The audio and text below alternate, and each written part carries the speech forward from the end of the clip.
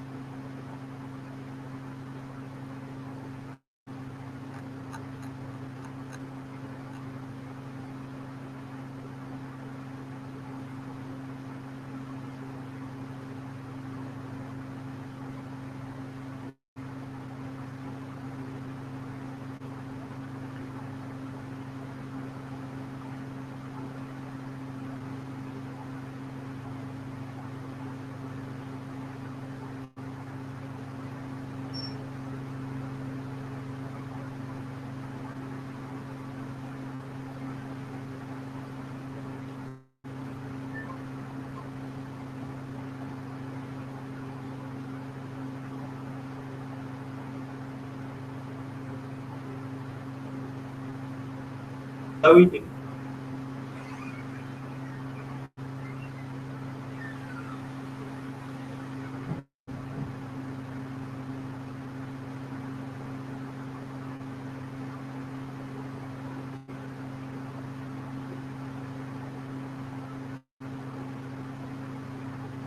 Waalaikumsalam.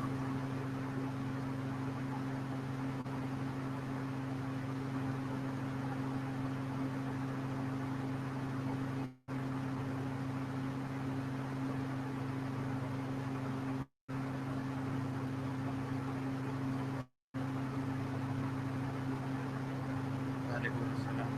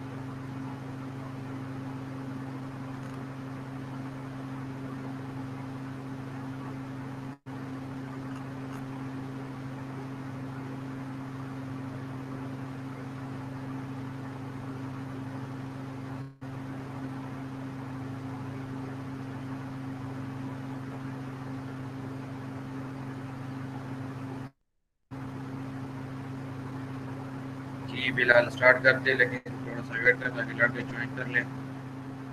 अभी भी कुछ लड़के ज्वाइन कर रहे हैं लेकिन पता नहीं क्यों लेट हो रहे हैं।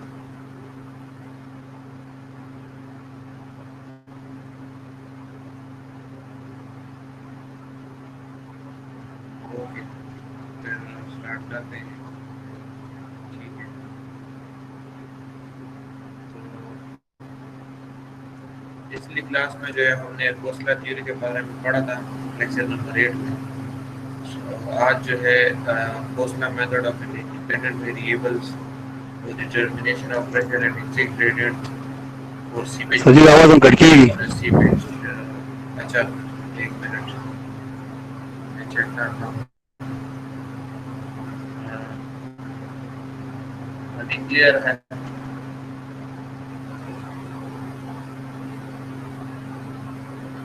आवाज आप लोगों को क्लियर आ रही है? हेलो? ठीक है सर जी।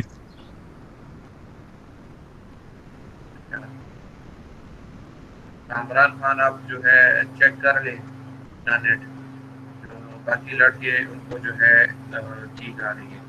गरम अमीन, आपको भी शोर आ रहा है? अभी भी शोर आ रहा है आपको?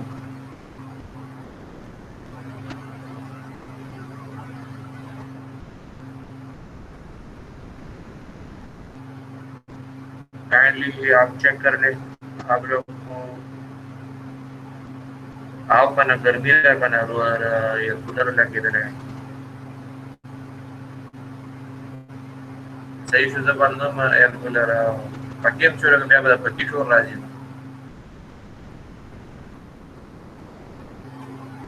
थोड़ा वेट कर ले।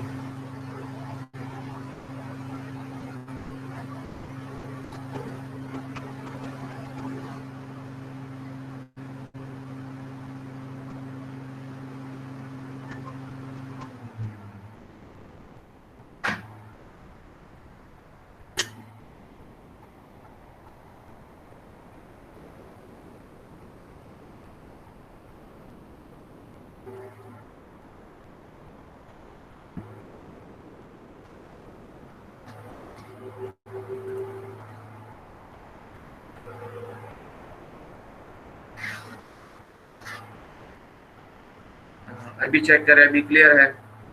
अभी तो ज्यादा शोर नहीं आ रहा।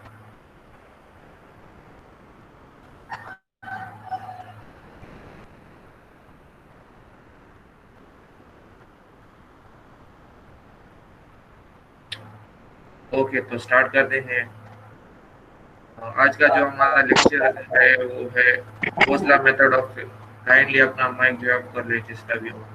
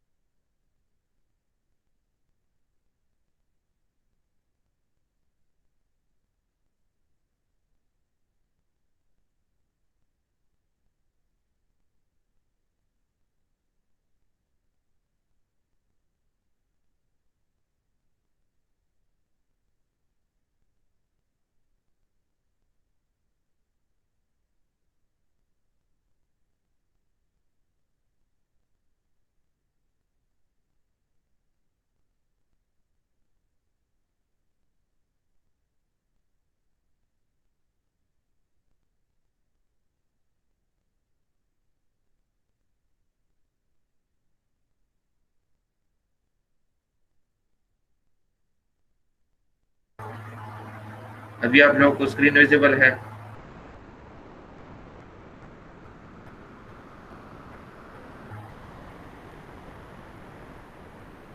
ओके, स्टार्ट करते हैं।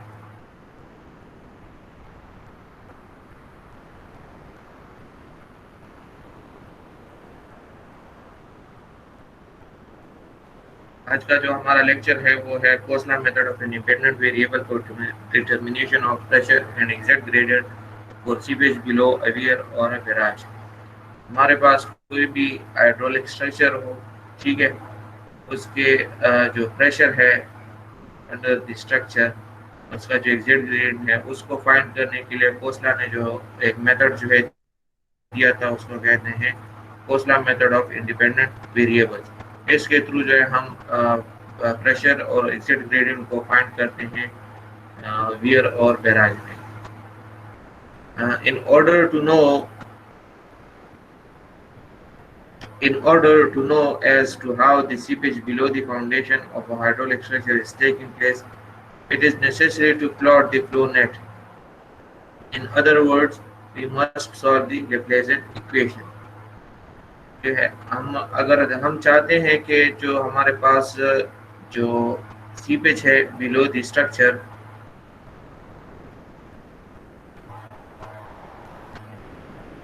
आप लोग आवाज क्लियर आ रही है? अभी चेक करें।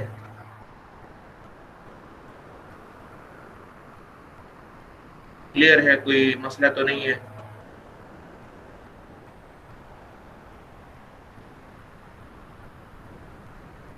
कुछ लड़के कह रहे कि आवाज क्लियर नहीं आ रही, तो काइंडली वो जो है चेक कर ले अपना नेट वगैरह। ओके, तो कंटिन्यू करते हैं।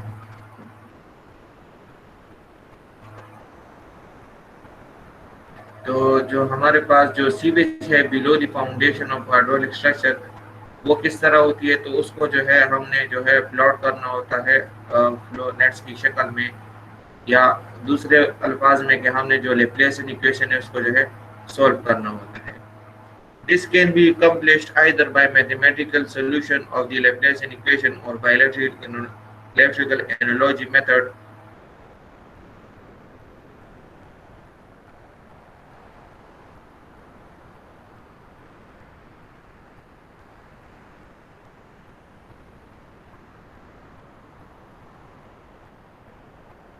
Electrical analogy method or by graphical sketching by adjusting the stream lines and equipotential lines with respect to the boundary condition।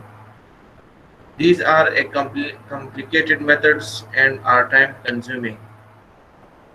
हमारे पास जो ये मेथड्स हैं, ठीक है, जो हमारे पास जो लेप्लेसियन इक्वेशन है उसकी मैथमेटिकल सॉल्यूशन हो गई, या इलेक्ट्रिकल एनालॉजी मेथड हो गया, या ग्राफिकल स्केचिंग हो गई, या दूसरे जो मेथड्स है, ये सारे मेथड्स जो है ये हमारे पास जो है कॉम्प्लिकेटेड है और ये जो है टाइम कंज्यूमिंग है। So therefore, for designing a hydraulic structure such as weir or barrage or pervious foundations, Kosla has evolved a simple, quick and accurate approach called method of independent variables। So इन सारे method से बचने के लिए, इनकी solution से बचने के लिए कोसला ने एक मेथड दिया जिसको उसने कहा कि कोसला मेथड ऑफ इंडिपेंडेंट वेरिएबल्स। इसके थ्रू जो है हम हाइड्रोलिक स्ट्रक्चर की जो है डिजाइनिंग कर सकते हैं, जैसे वियर हो गए, बैराज हो गए, या परवियस फाउंडेशन वगैरह हुई। तो ऐसे स्ट्रक्चर्स की जो है हम इजीली इस मेथड के थ्रू जो है डिजाइन कर सकते हैं जो कोसला ने दिया, और कोसला ने उस मेथड को नाम दिया Khosla method of independent variables. In this method, a complex profile like that of a weir is broken into a number of simple profiles, each of which can be solved mathematically। Mathematical solutions of flow nets for these simple standard profiles have been presented in the form of equations given in figures and curves given in plates, which can be used for determining the percentage pressure at the various key points। इस method में जो है complex profile को जो है wear का हो गया है, किसी भी स्ट्रक्चर का, हाइड्रोलिक स्ट्रक्चर का, उसको जो है ब्रेक किया है सिंपल प्रोफाइल में, जिस तरह जो है आपको फिगर्स में नजर आ रहा है कि सिंपल प्रोफाइल्स में जो है इसको ब्रेक किया गया है, ठीक है। और उसके लिए जो है मैथमेटिकल इक्वेशन जो है प्रोवाइड की गई है। स्क्रीन रिकॉर्ड क्या है? एक्सक्यूज मी सर जी, स्क्रीन रिकॉर्ड क्या है? स्क्रीन रिकॉर्ड क्या है सर जी? अभी ठीक है, उस क्लियर दे।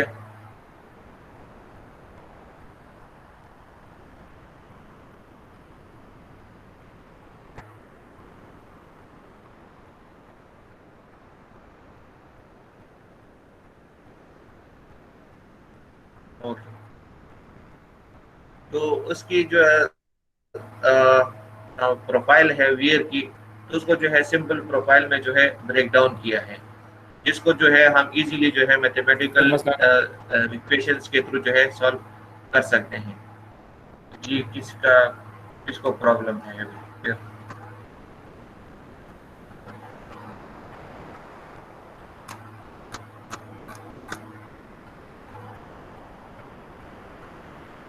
इन मैथमेटिकल सॉल्यूशन को जो है हम सॉल्व करके जो है परसेंटेज प्रेशर को जो है वेरियस की पॉइंट्स के ऊपर जो है इजीली जो है हम फाइंड कर सकते हैं।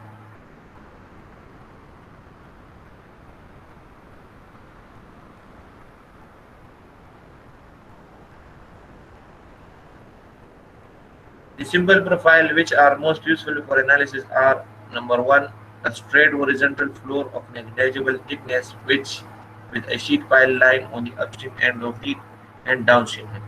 जो पहला सिंपल प्रोफाइल है उस केस में जो है हमारे पास जो है एक स्ट्रेट हॉरिजॉन्टल फ्लोर है जिसकी जो है नेग्लेजिबल थिकनेस है और जो है दो शीट पाइल लाइन है अपस्ट्रीम साइड एंड के ऊपर और डाउनस्ट्रीम साइड के ऊपर।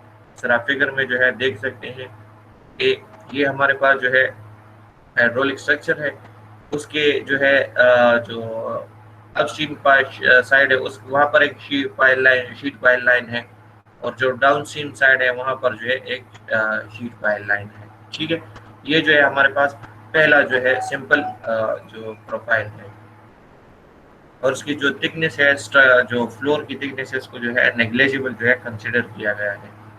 सेकंड है a straight horizontal floor depressed below the bed but without any vertical cutoff।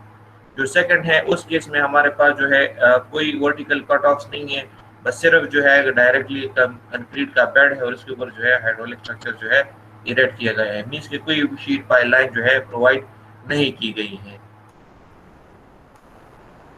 जो थर्ड है थर्ड में a straight horizontal floor of negligible thickness with a sheet pile line at some intermediate point। जो तीसरा simple profile है उस case में हमारे पास जो फ्लोर की थिकनेस है उसको नेग्लेजिबल कंसीडर किया गया है और जो शीट पाइल लाइन है वो इंटरमीडिएट पॉइंट के ऊपर जो है रखा गया है। जिस तरह आप फिगर में देख सकते हैं कि ये हमारे पास जो है स्ट्रक्चर है, ठीक है, उसका फिगर है। ये हमारे पास ये फ्लोर ऑफ द थिकनेस है जिसको नेग्लेजिबल कंसीडर किया गया है और इंटरमीडिएट पॉइंट के ऊपर जो है हमारे पास शीट पाइल लाइन है। तो हर शीट पाइल लाइन के लिए और हर कंडीशन के लिए जो है हर एक पॉइंट के ऊपर जो है डिफरेंट इक्वेशंस गिवन है। ठीक है, इन इक्वेशन के थ्रू जो है हम परसेंटेज प्रेशर इन पॉइंट्स के ऊपर जो है फाइंड कर सकते हैं। जिस तरह आप इस फिगर में देखें कि यहाँ आपके पास जो है C1 पॉइंट है, तो यहाँ पर जो प्रेशर है वो बराबर है फाई C1 की। ठीक है, और यहाँ पर जो प्रेशर है वो बराबर है फाई E के। ठीक है, और यहाँ पर जो प्रेशर है वो बराबर है फाई D के। तो इस तरह जो है डिफरेंट पॉइंट्स के ऊपर जो है हमारे पास जो है कुछ वैल्यूज गिवन होगी तो कुछ वैल्यू जो है हम इन इक्वेशन के नीचे जो इक्वेशन गिवन है इनके थ्रू जो है हम फाइंड कर सकते हैं। अब फॉर एग्जांपल अगर फाई E आपको गिवन है तो ठीक है, अगर गिवन नहीं है तो साथ ही जो है वहाँ पर आपको जो है फॉर्मूला गिवन है, इसके थ्रू जो है फाई E की फाई D की वैल्यू फाइंड करके इसमें पुट करके फाई C की वैल्यू जो है आप फाइंड कर सकते हैं। मोहम्मद बिलाल का क्वेश्चन है शीट पाइल लाइन अंडरग्राउंड होती है? जी बिल्कुल बिलाल, आपके पास जो शीट पाइल लाइन है वो अंडरग्राउंड, ये जो आपके पास जो पाइल्स होती हैं उनको जो है शीट पाइल लाइन कहते हैं। ठीक है, इस यहाँ पर तो सिमिलरली इस केस में फाई E, फाई D और फाई C की वैल्यू जो है आप इजीली इन इक्वेशंस के जरिए जो है आप इक्वेशन को सॉल्व करके फाइंड कर सकते हैं। सिमिलरली आप जो है अगर लेमडा जो है फाइंड करना चाहते हैं तो लेमडा का इक्वेशन भी गिवन है। ठीक है, अल्फा की वैल्यू फाइंड करना चाहते हो अल्फा के लिए भी इक्वेशन गिवन है। हर एक चीज़ के लिए जो इक्वेशन गिवन है आपने जो है वैल्यूज उठा के वैल्यूज पुट करनी है और आपके पास जो है pressure under the key points जो है आपके पास जो है प्रेशर आ जाएगा। ये जो पॉइंट्स है ये इसको कहते हैं की पॉइंट्स। यहाँ पर फिर जो है जो सेकंड कंडीशन है उसके में आपके पास शीट पाइल लाइन नहीं है तो उस केस के लिए आपने अगर फाइंड D1 डैश फाइंड करना है या D डैश फाइंड करना है तो उसके लिए जो है ये इक्वेशन जो है गिवन है। सिमिलरली अगर आपके पास जो शीट पाइल लाइन है अगर वो इंटरमीडिएट पॉइंट के ऊपर है तो उस केस के लिए भी आपके पास E, C और D पॉइंट के लिए आपको इक्वेशन गिवन है। इन इक्वेशन के थ्रू आप बीनीथ द स्ट्रक्चर जो है आप इजीली प्रेशर को फाइंड कर सकते हो। फिर आगे आपके पास ये एक फिगर, इसको मैं थोड़ा सा और जूम कर लेता हूँ। ये ग्राफ है, ठीक है। इस ग्राफ के थ्रू भी जो है आप जो है वैल्यूज जो है फाइंड कर सकते हो, ठीक है।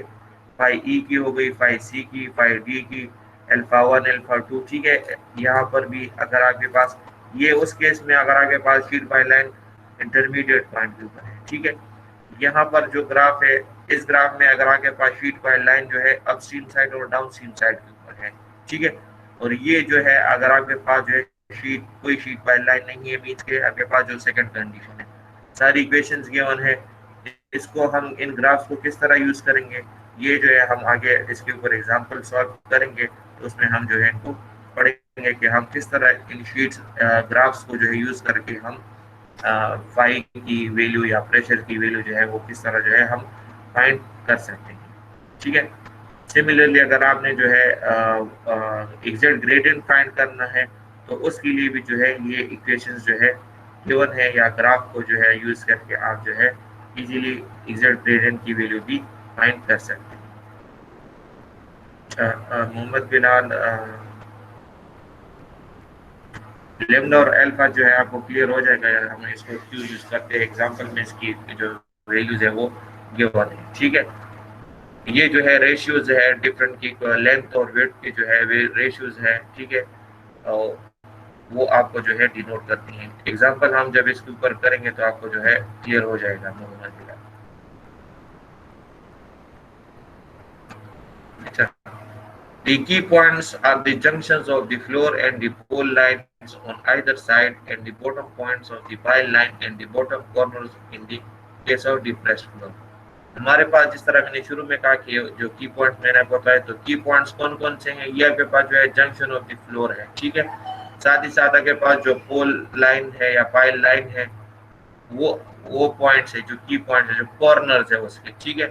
साथ ही साथ जो एंड्स पॉइंट्स है और कॉर्नर जो है वो आपके पास क्या है, वो आपके पास की पॉइंट्स ऑफ द स्ट्रक्चर्स है। The percentage pressure at these key points for the simple form into which the complex profile has been broken is valid for complex profile itself if corrected for।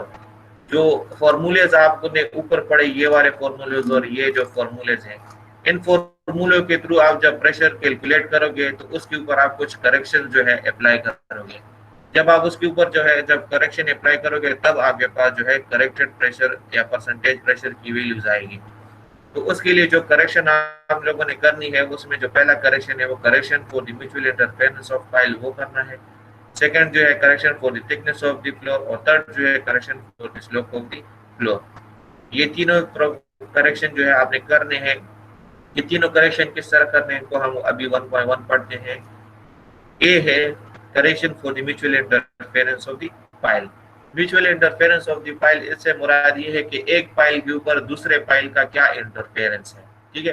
For example आपके पास hydraulic structure है, उसके नीचे जो है दो piles हैं, तो एक पाइल के ऊपर जो है दूसरे पाइल का क्या इंटरफेरेंस है, तो उसकी के लिए आपने जो है करेक्शन जो है अप्लाई करनी है, correction for the mutual interference of pile. The correction C to be applied as percentage of head due to this effect is given by C is equal to 19 under the root D divided by B into D plus capital D divided by B। ये जो है correction है C, इसमें आपने जो है values put करके आपने जो है ये करेक्शन जो है उसके ऊपर जो है अप्लाई करना है। इसमें आपके पास जो B डैश है वो बराबर है distance between the two pile lines, ठीक है। यहाँ पर आप फिगर में भी देख सकते हैं कि दो पाइल लाइंस के दरमियान आपके पास जो डिस्टेंस, एक पाइल लाइन ये है दूसरा ये है, तो इन दो पाइल लाइंस के दरमियान आपके पास जो डिस्टेंस है वो बी डैश के बराबर है। Similarly D is equal to depth of the pile line, जो आगे पास जो डी है वो क्या है, depth of the pile line है, the influence of which has to be measured determined on the neighboring pile of depth D।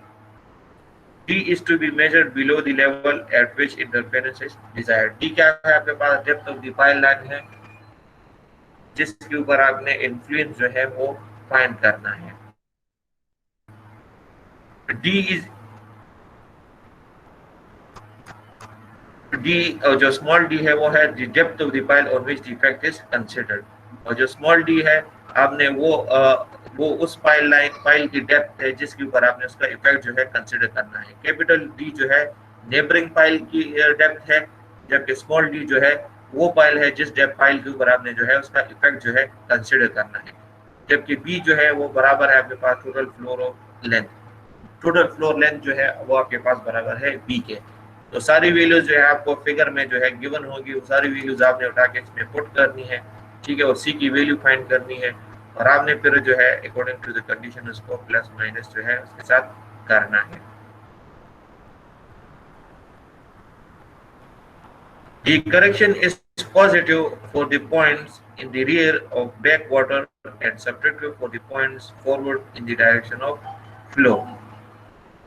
आपके पास जो करेक्शन की वैल्यू आएगी वो पॉजिटिव होगी अगर आपके पास जो पानी है वो रियर या back side of the flow हो, ठीक है, ये वाटर हो, ठीक है, यानी कि आपके पास ये पाइल लाइन है, ठीक है, अगर आपके पास जो है जो वैल्यू है अगर इस साइड पे हो, ठीक है, तो वो जो है आपके पास जो है पॉजिटिव कंसीडर होगी, अगर आपके पास वो इस साइड पे है तो वो आपके पास जो है नेगेटिव कंसीडर होगी। This equation does not apply to the effect of an outer pile on an intermediate pile if the intermediate pile is equal to or smaller than the outer pile and is at a distance less than twice the length of the pile। ये equation जो है उस time पे apply नहीं होगा जब आपके पास अगर जो आउटर पाइल है और इंटरमीडिएट पाइल है, उस केस में जो है ये इफेक्ट जो है अप्लाई नहीं होगा अगर आपके पास जो इंटरमीडिएट पाइल है वो बराबर हो या स्मॉलर हो आउटर पाइल से, या आगे पास दोनों के जो डिस्टेंस है वो जो है twice the length of the outer pile के बराबर हो, ठीक है। अगर थोड़ा सा वेट कर ले आसान हो रही है फिर मैं इसको दोबारा एक्सप्लेन करता हूँ।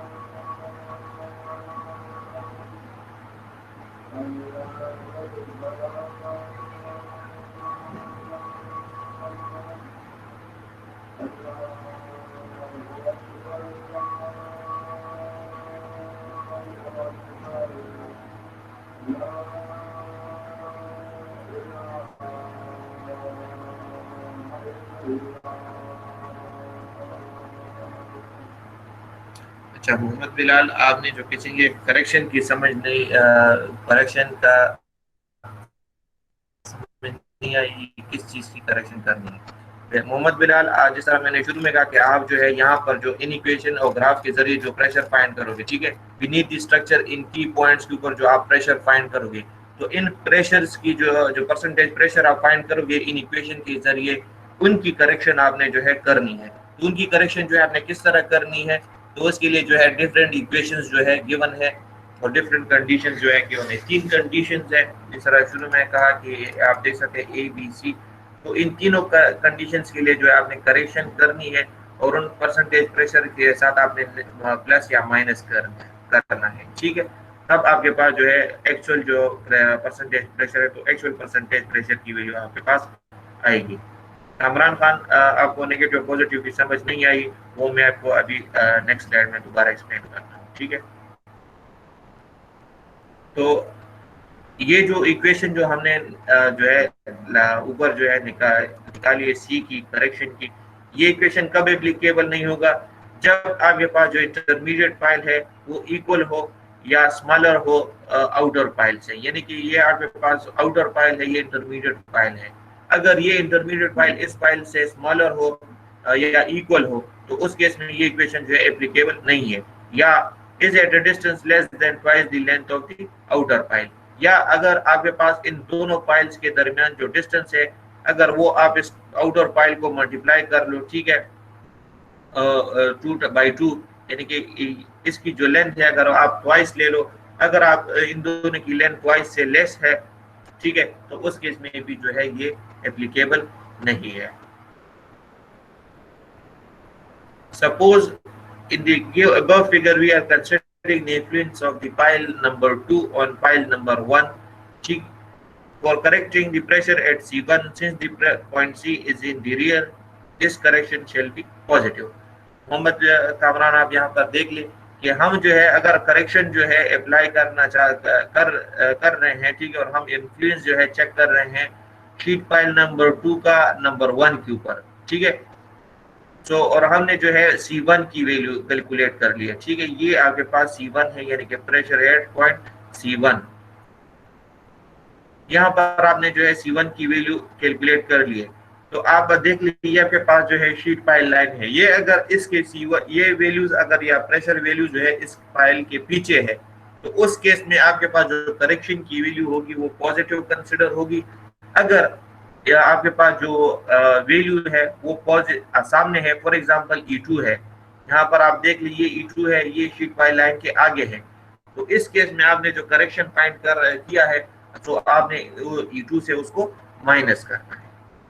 क्लियर हो गया मोहम्मद कामरान खान, सॉरी।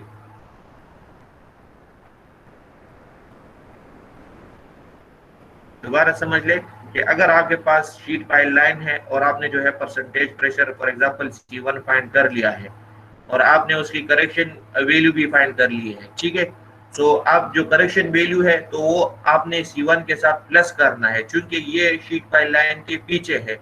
अगर ये शीट पाइल लाइन के आगे होता तो उस केस में आपने इससे माइनस करना होता, ठीक है। क्लियर हो गया प्लस माइनस की condition, okay. While the correction to be applied to E2 due to pile number 1 shall be negative since the point E is in forward direction of flow, similarly the correction for at C2 due to pile number 3 is positive and the correction at E3 due to pile number 2 is negative। यहाँ पर आप दोबारा देख ले कि अगर हमने for example जिस तरह कह रहे हैं कि हमने अगर E2 के ऊपर जो है परसेंटेज प्रेशर फाइंड कर लिया और उसके लिए हमने करेक्शन वैल्यू फाइंड कर ली, तो देखें कि E2 जो वैल्यू है वो शीट पाइल लाइन के आगे है, तो इस केस में आपने जो है जो करेक्शन है वो इससे माइनस करना है, और जो C2 की वैल्यू है वो शीट पाइल लाइन के पीछे है, तो इस केस में आपने C2 के साथ जो करेक्शन वैल्यू है वो प्लस करना है। सिमिलरली आपने E3 से माइनस करना है और C3 के साथ आपने प्लस करना है। नेक्स्ट जो है correction for the thickness of the floor, ठीक है, जो आपके पास थिकनेस ऑफ द फ्लोर है तो उसके लिए आपने जो है करेक्शन जो है वो फाइंड करना है और आपने उसका जो है उसको जो है ऐड या सब्ट्रैक्ट करना है।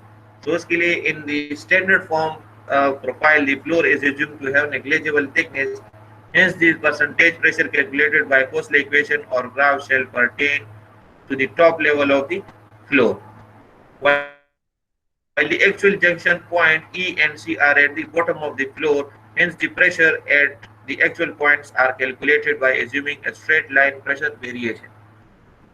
यहाँ पर कह रहे हैं कि जो कोसला इक्वेशन है उसमें जो प्रेशर है जो वैल्यूज है वो फाइंड की गई है टॉप सरफेस से लेकर, ठीक है, जबकि एक्चुअल जो जंक्शन पॉइंट है वो उससे नीचे होता है, ठीक है।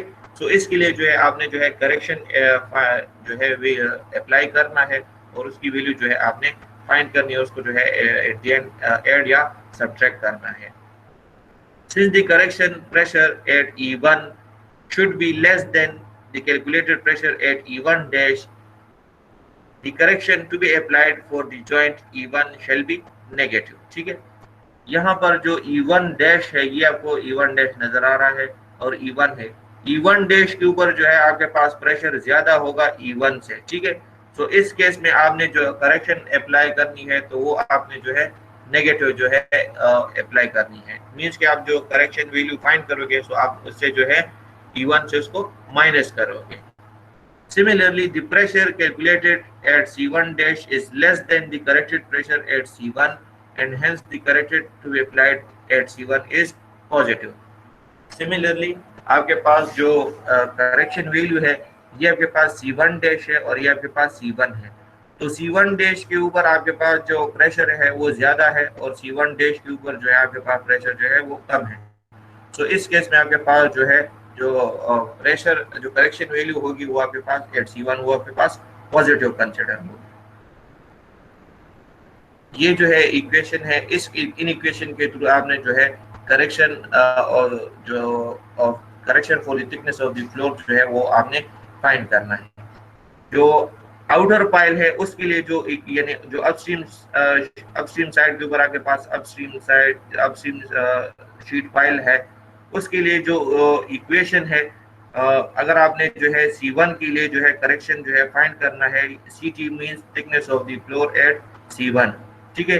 तो उसके लिए जो इक्वेशन है वो बराबर है T1 multiply by 5D1 minus 5C1 divided by D1।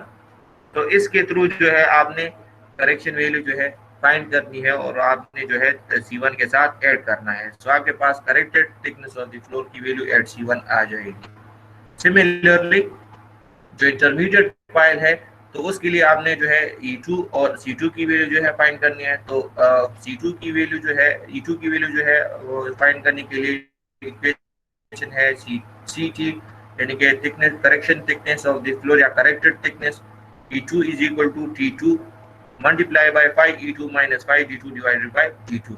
तो इस केस में ये आपके पास जो है नेगेटिव होगी क्योंकि एक्चुअल वैल्यू जो है यहाँ पर आपके पास जो है ज्यादा है और ये यहाँ पर आपके पास जो है कम है। तो इस केस में लिए आपने इसको माइनस करना है, जबकि इस केस में यहाँ पर जो है आपके पास यहाँ पर कम है यहाँ पर ज्यादा है, तो उस केस में आपने इसको जो है प्लस करना है। इसमें जो T है वो T1 जो है यहाँ पर जो है थिकनेस ऑफ द फ्लोर को मेजर करता है, ठीक है। 5D1 जो है प्रेशर एट D1 पॉइंट है और 5C1 जो है प्रेशर एट C1 है, जबकि D1 जो है आपके पास जो है total depth of the pile है के साथ ही साथ आपने उसको के साथ जो है थिकनेस ऑफ द फ्लोर भी ऐड करना है, तो वो टोटल D1 के बराबर है। सिमिलरली जो डाउन स्ट्रीम साइड है वहां पर जो शीट पाइल लाइन के लिए जो corrected thickness of the floor है वो E3, वो इक्वेशन बराबर है T3 into 5E3 minus 5D3 divided by D3। साथ ही साथ जो आपके पास 5C3 की वैल्यू है तो वहां पर आपके पास जो वैल्यू है वो 0 के बराबर है, वहां पर कोई करेक्शन की जरूरत नहीं होती। सिमिलरली जो 5E1 है तो वहां पर आपके पास जो वैल्यू है वो 1 के बराबर है, वहां पर आपके पास भी कोई करेक्शन की जरूरत नहीं होती। ये इसलिए कि यहाँ जो E1 पॉइंट है वो स्टार्ट पॉइंट है, यहाँ पर जो है कैपेसिटी जो है हमेशा मैक्सिमम होती है और जो C3 है या जो एंड पॉइंट है वहां पर आपके पास जो कैपेसिटी है प्रेशर की वो 0 होती है, तो वहां पर भी कोई करेक्शन जो है अप्लाई करने की जरूरत नहीं होती। सो स्टार्ट पॉइंट और एंड पॉइंट के ऊपर आपको कोई करेक्शन अप्लाई करने की जरूरत नहीं है क्योंकि स्टार्ट के ऊपर जो आपके पास प्रेशर जो है 100% होगा, जबकि एंड पॉइंट के ऊपर आपके पास जो प्रेशर है वो 0 होगा।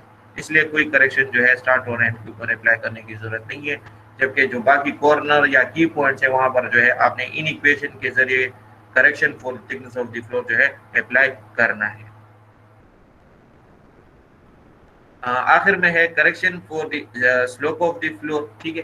तो उसके लिए a correction is applied for a sloping floor and is taken as positive for the downward slope and negative for the upward slope following the direction of flow। आपके पास अगर फ्लोर के अंदर स्लोप है, इस तरह जो है मैं आपको फिगर दिखा देता हूँ, ये देख लें कि आपके पास यहाँ पर जो है स्लोप है फ्लोर के अंदर, ठीक है। सो अगर आपके पास जो स्लोप है अगर वो डाउनवर्ड डायरेक्शन में है तो उस केस में आपके पास जो वैल्यू है वो पॉजिटिव कंसिडर होगी। अगर वो स्लोप जो है अपवर्ड डायरेक्शन में है तो उस केस में आपके पास जो करेक्शन वैल्यू है वो नेगेटिव जो है कंसिडर होगी। Values of correction of standard slope such as 1:1, 2:1, 3:1, etc. are tabulated below। जो करेक्शन फैक्टर्स हैं डिफरेंट स्लोप्स के लिए वो जो है आपको जो है कुछ कैलकुलेट की गई है ऑलरेडी और वो आपको गिवन है। तो ये वैल्यूज यूज कर आपने जो है यूज करनी है। अगर आपके पास जो है स्लोप है फ्लोर में, ठीक है, और स्लोप जो है वो डाउनवर्ड है, तो उस केस में ये आपने जो है उसके साथ प्लस करना है करेक्टेड प्रेशर के साथ, जो कैलकुलेटेड परसेंटेज प्रेशर के साथ। अगर आपके पास जो है वो अपवर्ड है स्लोप, तो उस केस में आपने इसको जो है सब्ट्रैक्ट करना है। जो एग्जैक्ट ग्रेडियंट है वो जो है आपने जो है इस इक्वेशन से फाइंड करना है। G E is equal to H divided by D multiply by 1 divided by pi under the root lambda, ठीक है। और लेमडा जो है वो आपके पास बराबर है 1 plus under the root 1 plus alpha square divide by 2 के, जबकि एल्फा बराबर है आपके पास बी डिवाइड बाई डी के। और एच जो है आपके पास जो है मैक्सिमम सीपेज हेड है, ठीक है। सो जो बी है वो आपके पास total width of the structure है, जबकि डी जो है आपके पास जो है डेप्थ ऑफ द स्ट्रक्चर है, ठीक है। डिफरेंट जो सॉइल है, टाइप ऑफ सॉइल है, फॉर एग्जांपल शिंगल हो गया, कोर्स सैंड हो गया, फाइन सैंड हो गया, तो उसके लिए सेफ एग्जैक्ट ग्रेडियंट्स की वैल्यू भी जो है कुछ फाइंड की गई है ऑलरेडी, तो वो आपको जो है प्रोवाइड की गई है। तो ये इक्वेशन जो है यूज करके आप जो है एग्जैक्ट ग्रेडियंट की वैल्यूज भी जो है इजीली जो है आप फाइंड कर सकते हो।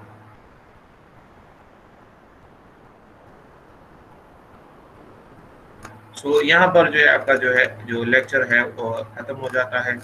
सो वाजिद ने कहा कि शॉर्ट समरी बता दें लेक्चर का। तो समरी ये है कि आपके पास जो है आपने जो है हमने ऑलरेडी पढ़ा कि बीनीथ द स्ट्रक्चर हमारे पास जब सीपेज होती है तो डिफरेंट पॉइंट्स के ऊपर हमारे पास जो है प्रेशर लगता है, ठीक है, सीपेज वाटर की वजह से, ठीक है। तो कोसला ने जो है एक मेथड जो है दिया और उस मेथड को उसने नाम दिया Khosla method of independent variable. इस मेथड के थ्रू जो है हम बीनीथ द स्ट्रक्चर जब सीपेज होती है तो उसके जरिए जो है हम जो प्रेशर है वो हम फाइंड करते हैं। अच्छा जहीना सर, पॉजिटिव नेगेटिव कंसेप्ट बंदे पे कोई नहीं। मैं जो है आपको समरी बता रहा हूँ, मैं आपको एक्सप्लेन कर रहा हूँ, तो आप सुन ले, ठीक है, आपको इंशाल्लाह क्लियर हो जाएगा, ठीक है। तो इस मेथड में जो है डिफरेंट जो आगे पास जो स्ट्रक्चर है उसको कोसला ने जो है क्या किया कि उसको डिवाइड किया है। जो आपके पास जो पूरा स्ट्रक्चर है उसको डिवाइड किया। आपके पास फॉर एग्जांपल मैं आपको पहले पूरा स्ट्रक्चर बता दूं, उसका फिगर 1 मिनट ये फिगर देख लीजिए। फॉर एग्जांपल आपके पास पूरा स्ट्रक्चर है, एक शीट पाइल लाइन यहाँ पर है, एक इंटरमीडिएट पॉइंट के ऊपर है, एक थर्ड जो है एंड पॉइंट के ऊपर है, डाउन स्ट्रीम साइड के ऊपर है, ठीक है। इसको कोसले ने क्या किया कि सिंपल जो है प्रोफाइल्स में जो है इसको डिवाइड कर लिया, ठीक है, कि इसको यहाँ पर कट कर लिया, इसको यहाँ पर कट कर लिया, ठीक है, और इनको जो है सिंपल प्रोफाइल्स में जो है डिवाइड कर लिया। जो सिंपल प्रोफाइल है उसके लिए उन्होंने जो है कुछ इक्वेशंस दी है, ठीक है। और इन इक्वेशंस के जरिए हम क्या करते हैं कि बीनीथ द स्ट्रक्चर जो हमारे पास की पॉइंट्स है वहां पर हम क्या करते हैं प्रेशर जो है हम फाइंड करते हैं, परसेंटेज प्रेशर जो है वो हम फाइंड करते हैं। की पॉइंट्स कौन से हैं? की पॉइंट्स आपके पास जो है कॉर्नर्स ऑफ दी, आपके पास जो पाइल है और जो स्लैब है या फ्लोर है उसका जो जॉइंट है, जो कॉर्नर्स हैं, जो कॉर्नर्स है और एंड पॉइंट्स है, इनको हम की पॉइंट्स कहते हैं। और इन की पॉइंट्स के ऊपर हमने क्या करना होगा, कोसला मेथड ऑफ जो कोसला मेथड ऑफ इंडिपेंडेंट वेरिएबल है उसको यूज करके हमने इन की पॉइंट्स के ऊपर जो है परसेंटेज प्रेशर जो है फाइंड करना है। इन की पॉइंट्स के लिए जो है उसने जो है डिफरेंट इक्वेशंस दी है, जिस तरह फिगर में देख रहे हैं, ठीक है। हर एक पॉइंट के लिए जो है उसने जो है इक्वेशंस दी है और इन इक्वेशंस के जरिए हम क्या करेंगे, परसेंटेज प्रेशर को जो है हम फाइंड करेंगे। जब परसेंटेज प्रेशर हम फाइंड कर लेंगे तो उसके ऊपर फिर हम जो है एट द एंड हम करेक्शंस जो है अप्लाई करेंगे, ठीक है। फॉर एग्जांपल ये यहाँ पर आप देख ले कि फॉर एग्जांपल आपने यहाँ पर जो है इस C1 के ऊपर जो है प्रेशर आपने फाइंड कर लिया, 5C1 मींस के percentage pressure at point C1 वो आपने फाइंड कर लिया। तो फिर इसके ऊपर आपने जो है करेक्शन अप्लाई करनी है। 3 किस्म की करेक्शन जो है इन प्रेशर्स के ऊपर आपने अप्लाई करनी है, ठीक है। पहली जो करेक्शन है वो है mutual interference of pile, second है थिकनेस ऑफ फ्लोर और थर्ड है स्लोप ऑफ द फ्लोर। जो फर्स्ट है उस मुराद ये है कि अगर आपके पास एक शीट पाइल है और उसके साथ नजदीक दूसरा शीट पाइल लाइन है तो इस पहले वाले के ऊपर दूसरे का क्या इफेक्ट है, उसकी वजह से जो करेक्शन है वो आपने फाइंड करनी है, और वो करेक्शन जो है आपने इस इक्वेशन से फाइंड करनी है। इक्वेशन आपको ऑलरेडी गिवन है, और वो इक्वेशन जो है आपने जो है आया उसके साथ या प्लस करना है या माइनस करना है। तो जो म्यूचुअल इंटरफेरेंस ऑफ पाइल्स है वो अगर आप फाइंड करते हो, तो वो जो आपने जो है अगर आपके पास जो परसेंटेज प्रेशर या जो की पॉइंट है, अगर वो आपके जो पास जो शीट पाइल है अगर वो उसके पीछे है, ठीक है, तो उस केस में जो करेक्टेड प्रेशर है वो आपने जो करेक्शन आपने फाइंड की वो आपने परसेंटेज प्रेशर के साथ जो है प्लस करना है। अगर आपके पास जो पॉइंट है, फॉर एग्जांपल ये E2 आपको नजर आ रहा है, ये जो है शीट पाइल के आगे है, तो उस केस में आपने जो करेक्शन जो फाइंड की म्यूचुअल इंटरफेरेंस के लिए, तो वो आपने इसे जो है माइनस करना है। तो ये जो है प्लस माइनस का कंसेप्ट है पहली करेक्शन के लिए, जो करेक्शन है correction for mutual interference of file है उसके लिए। सेकेंड में आपने जो है correction of thickness of floor find करना है, ठीक है, क्योंकि हमने जो है शुरू में पढ़ा कि हम जो खोसला ने जो प्रोफाइल में जो स्ट्रक्चर को प्रोफाइल में डिवाइड किया, तो उसने जो है जो floor thickness of the floor है उसको नेग्लेजेबल जो है एग्ज्यूम किया। यहाँ पर आप देख सकते हैं, ठीक है,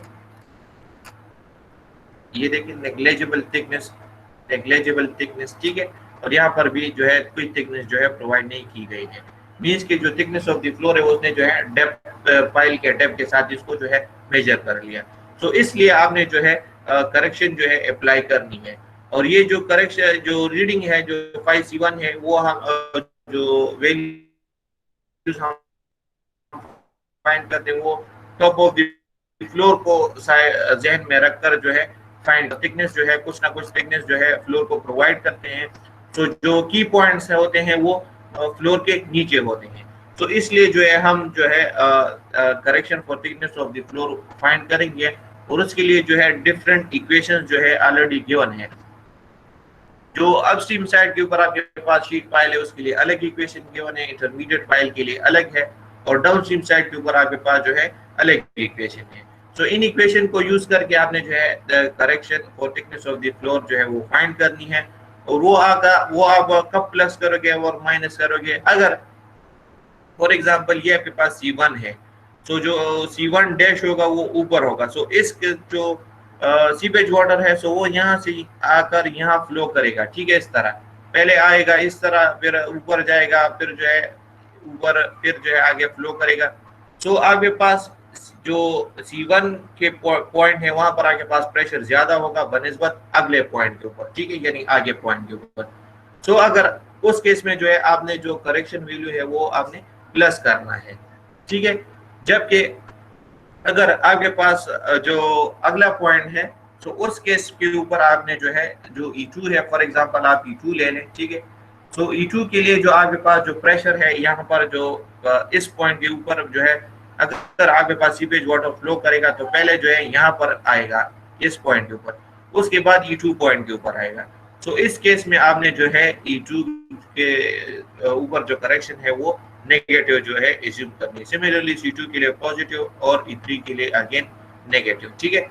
और इसमें आपके पास जो फर्स्ट पॉइंट है यानी कि जो एंट्री पॉइंट है वहां पर आपके पास जो प्रेशर होता है वो मैक्सिमम होता है, ठीक है।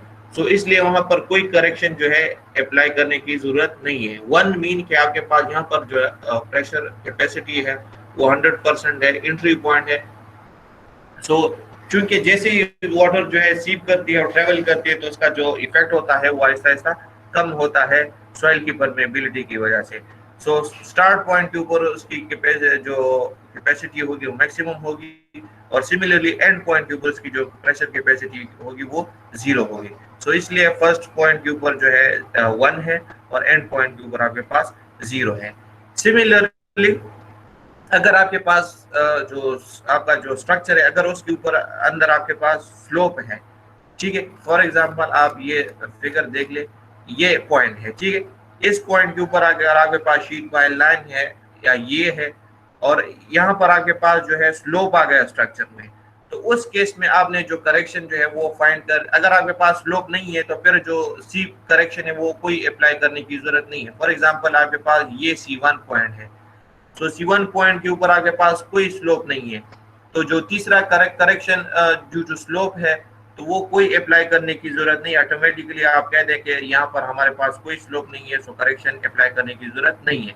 लेकिन अगर ये C1 पॉइंट आपके पास यहाँ पर होता, ठीक है, तो उस केस में आपने जो है करेक्शन ड्यू टू स्लोप जो है वो फाइंड करना होगा, और वो आपने जो है इसके साथ प्लस माइनस करना होगा। प्लस कब करना होगा? अगर आपके पास जो स्लोप है वो डाउनवर्ड डायरेक्शन में है, और अगर आपके पास वो स्लोप अपवर्ड डायरेक्शन में, तो उस केस में आपने करेक्शन ड्यू टू स्लोप जो है वो माइनस करना होगा।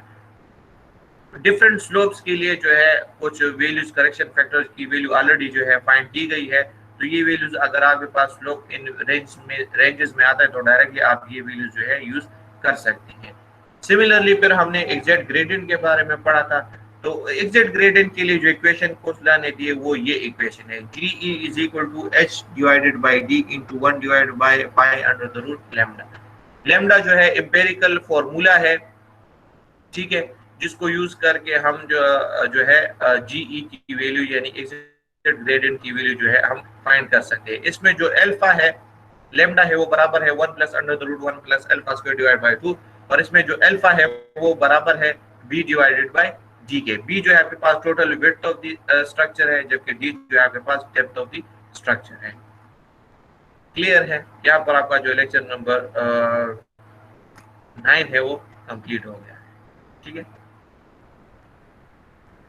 अब अगर किसी का कोई क्वेश्चन है तो काइंडली वो पूछे, अगर आप लोग का कोई क्वेश्चन नहीं है तो आप लोग का लेक्चर नंबर 9 जो है यहाँ पर कंप्लीट हो गया है, आप जो है ग्रुप को लीव कर सकते हैं। सर जी कोर्स फीडबैक के बारे में पूछना था। हाँ सर ये कोर्स फीडबैक फैसल से मुझे मैसेज फॉरवर्ड की था कोर्स फीडबैक को गए कि कम तासो लेक्चर दा कोई करना पोर्टल करके दे कि कम बार कोर्स फीडबैक दा कंप्लीट को करना सर जी। जी बिल्कुल, माना खबर है रशे हुआ पता चलाया। देखो तासु चेकल आप लोग जब भी जो सूट पोर्टल है उसके ऊपर जाते हैं नोट्स को, लिंक्स को जो है देखने के लिए, तो वहां पर जो है आप से जो है स्टूडेंट सर्वे जो है की फाइल जो है ऑलरेडी अपलोडेड है, तो काइंडली आप उसको भी फिल कर लिया करें, और साथ ही साथ वहां पर एक टिक बॉक्स है, ठीक है, अगर आपने उसको पढ़ लिया है, समझ लिया है, तो काइंडली उस बॉक्स को भी टिक कर लिया करें ताकि जो है फीडबैक जो है वो जमा होता रहे, ठीक है। बाकी अगर आपका कोई लेक्चर में कोई क्वेश्चन है तो काइंडली आप वो क्वेश्चन जो है पूछ सकते हैं। अगर आप लोगों को कोई क्वेश्चन नहीं है तो आपका लेक्चर नंबर 9 जो है यहाँ पर कंप्लीट हो गया है। आप ग्रुप को जो है मीटिंग को लीव कर ले ताकि मैं मीटिंग को सेव कर सकूँ।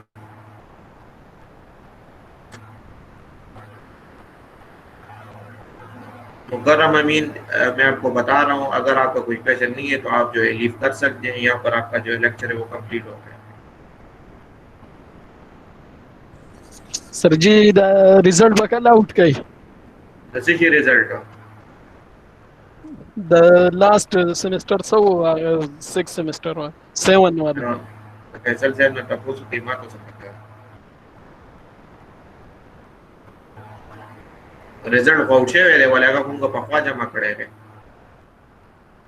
सर जी मुंग तैना दे आउट करेगा नो दगा को कुंगा रोजो नम के रिजल्ट जमा रोजो नम सजे संगा एग्जाम जो तक दो हफ्ते पास चेकअप नेम रिजल्ट चेकअप बल्कि दगा के मार्च एंड के चेकअप नेम का रिजल्ट सबमिट करेगा। फैसल साहब सर खबरों को सीआर को थ्रू बाने या पक्का होता मैं कालो का मैसेज जो कर रिजल्ट संगा चल सही था ओके ना सर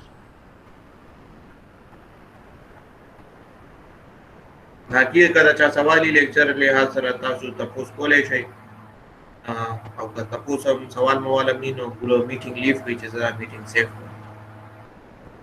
वेलकम जी।